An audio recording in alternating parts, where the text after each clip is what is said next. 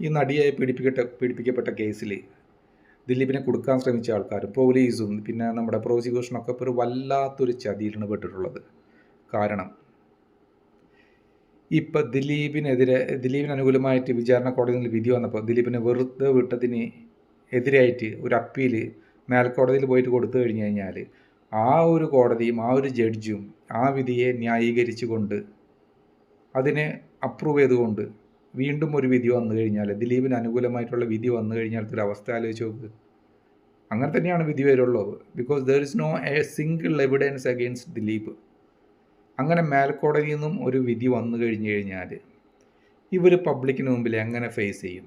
വീണ്ടും ഇവർ ഈ പറഞ്ഞ പോലെ same cringe cliché dialogue, Dileep ആ കോടതിയെയും ആ ജഡ്ജിനെയും പൈസ കൊടുത്ത് സ്വാധീനിച്ചു എന്ന് പറഞ്ഞു കഴിഞ്ഞാൽ റോട്ടിൽ കൂടെ ഇറങ്ങി നടക്കാൻ പറ്റും അവർക്ക്? ഏതെങ്കിലും ചാനൽ വന്നിരുന്ന് ഇത് പറയാൻ പറ്റും? ഇത് പറഞ്ഞു കഴിഞ്ഞാൽ ജനം അവരെ പിന്നാലെ ഒരു 2 ചൂലുകൊണ്ടിടിക്കും. ഇവിടുന്ന് രാജ്യം വിട്ട് പോകേണ്ടി വരും. വീണ്ടും ദിലീപ് ആ ജഡ്ജിനെ കോടതിയും പൈസ കൊടുത്ത് സ്വാധീനിച്ചു എന്ന് പറഞ്ഞു കഴിഞ്ഞാൽ അത് അവർക്കറിയാം.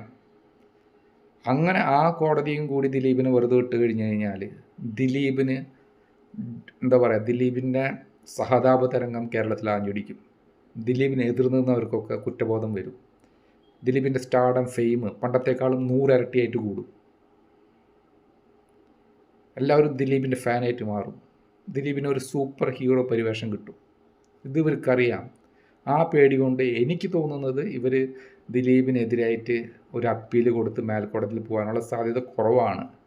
പക്ഷേ ഇവർക്ക് പോവാതിരിക്കാനും പറ്റില്ല. എന്തുകൊണ്ട്?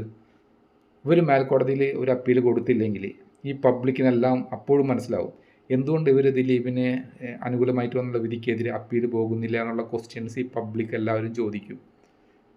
അപ്പോൾ അതും ഇവർക്ക് പേടിയാണ്. അപ്പോൾ ഇവരെന്ത് ചെയ്യും? അപ്പീൽ കൊടുത്താലും പ്രശ്നം, കൊടുത്തില്ലെങ്കിലും പ്രശ്നം. വല്ലാത്തൊരവസ്ഥ തന്നെ. നമുക്ക് കാത്തിരുന്ന് കാണാം ഇവർ അപ്പീൽ കൊടുക്കുകയോ ഇല്ല എന്നുള്ളത്. എന്തു ചെയ്താലും അത് ദിലീപിനാണ് അതിൻ്റെ ബോണസ്. ഇവർ അപ്പീൽ കൊടുക്കുകയാണെങ്കിൽ ദിലീപിന് ഡബിൾ ബോണസ്.